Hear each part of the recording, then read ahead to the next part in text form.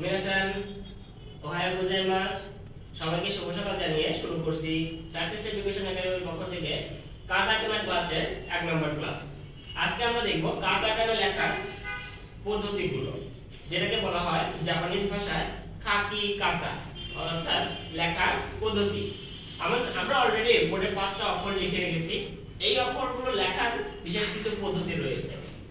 কোন দাগকে আগে লিখতে হবে, কোন দাগকে পরে লিখতে হবে, এগুলো মেইনটেইন করে লেখার পদ্ধতিকে বলা হয় খাকি কাতা লেখার পদ্ধতি। বন্ধুরা, আমরা যখন প্রথমে এই অক্ষরটাকে বলা হয় হচ্ছে আ, তারপর ই, তারপর উ, তারপর এ, তারপর ও। আমরা যেমন ভাওয়েল শিখেছিলাম ঠিক তেমনি এ ই আই ও ইউ আমরা ভাওয়েল শিখেছিলাম। ঠিক সেভাবেই যদি আমরা মনে রাখি তাহলে আমাদের অক্ষরগুলো মনে রাখতে খুব সহজ হবে। এখন আমরা এই অক্ষরগুলো কিভাবে লিখব রাখেছেন, আপনিও যখন শুরু করবেন কিভাবে লিখবেন? প্রথমে এই দাগটা দিবেন, দেন তো দিয়েছেন, তারপর এখান থেকে এই দাগটা দিয়ে দেন। ওকে, এটা কি হলো? আ। তারপর যে অক্ষরটা রয়েছে একটু স্লাইড এরকম বাঁকা করে নিয়ে আসবো, হয়েছে? তারপর এটা সোজা চলে যাবে, কারণ এই রকমই কিন্তু আরেকটা অক্ষর রয়েছে অনেকটা কাছাকাছি। সেই অক্ষরটা হচ্ছে সোজা এরকম, তারপরে এরকম। এই দুইটা অক্ষরের মধ্যে কিন্তু অনেকটা ভাঁজায় যায়, কারণ এই দাগটা স্লাইড এরকম বাঁকা হয়ে আসবে, দেন এই দাগটা সোজা নিচে নেমে যাবে। লিখেছেন?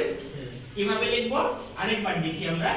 এইভাবে চলে আসবে, দেন সোজা নিচের দিকে নেমে যাবে। পেরেছি না? এই অক্ষরের নাম কি? ই। তাহলে এটার নাম হচ্ছে আ, এটার নাম হচ্ছে ই। আমরা বুঝতে পেরেছি না? এরপর আমাদের যে অক্ষরটা রয়েছে উ, উপরে প্রথমে এই দাগটা দিয়ে দিব, দেন এই দাগটা দিয়ে অনেকটা 7 এর মতন লিখে দেব। তাহলে আমাদের কি হবে? উ। আগে আমরা কি করব আরেকবার দেখি। আগে এখানে একটা দাগ দিয়ে রাখবো, তারপর আমরা অলরেডি 7 লিখে দিব। লিখেছি? তাহলে উপরে একটা দাগ থাকবে মাঝামাঝিতে, আর 7 লিখে দেব, তাই না? তাহলে কি হবে? উ। শেষ। বুঝতে পেরেছি? এরপর আমরা যে অক্ষরটা লিখব সেটা হচ্ছে এ। এখন এই দাগটা একটা উপরে মাত্রার মতন দিয়ে নেব, দেন নিচে একটা দাগ দিব, তারপর এই দাগটা একটু বড় হবে। হ্যাঁ, এটার তুলনায় এটা একটু বড় হবে। তাহলে এটার নাম কি? এ। এটা হচ্ছে অনেকটা আই এর মতন না? হয়েছে? আমরা বুঝতে পেরেছি? যেমন এই কে আবার এই বলা হয়। হ্যাঁ, এখন আমরা যে বাকি অক্ষরটা রয়েছে সেটা হচ্ছে ও। আমরা উপরে মাত্রার মতন যে দাগটা এটা দিয়ে দেব, তারপর এইখান থেকে একটু স্লাইড মাথাটা তোলা থাকে। তাহলে কি হলো? অনেকটা টির মতো হলো, তাই না? এখন এইখান থেকে ঠিক এইখান থেকে একটা দাগ নিচে চলে আসবে। তাহলে কি হবে? এটা ও। এটার নাম কি হবে? ও। এখন আমরা যে অক্ষরগুলো লিখেছি এটার একটা পড়ার পদ্ধতি রয়েছে। কি কি? এটার নাম কি? আ। আ।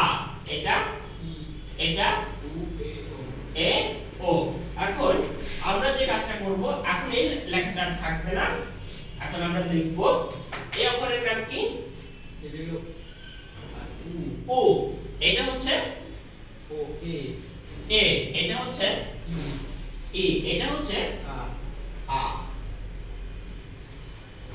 এটা হচ্ছে আ। এটা হচ্ছে এটা হলো ই, ও। আচ্ছা, ধন্যবাদ সবাইকে এ পর্যন্ত আমাদের সাথে থাকার জন্য। আর আমরা এই অক্ষরগুলো এখন থেকে সবাই অন্তত খাতায় 20 বার প্র্যাকটিস করব, দেন আবার রিভিউ করব। কোথায় কোন অক্ষরের নাম ধরবো সাথে সাথে বলতে হবে। আমরা 5টা অক্ষরের মধ্যে একটা করে লিখবো, বলতে হবে। সবাই 20 বার লেখেন এবং অথবা আমাদেরকে কমেন্টে জানান।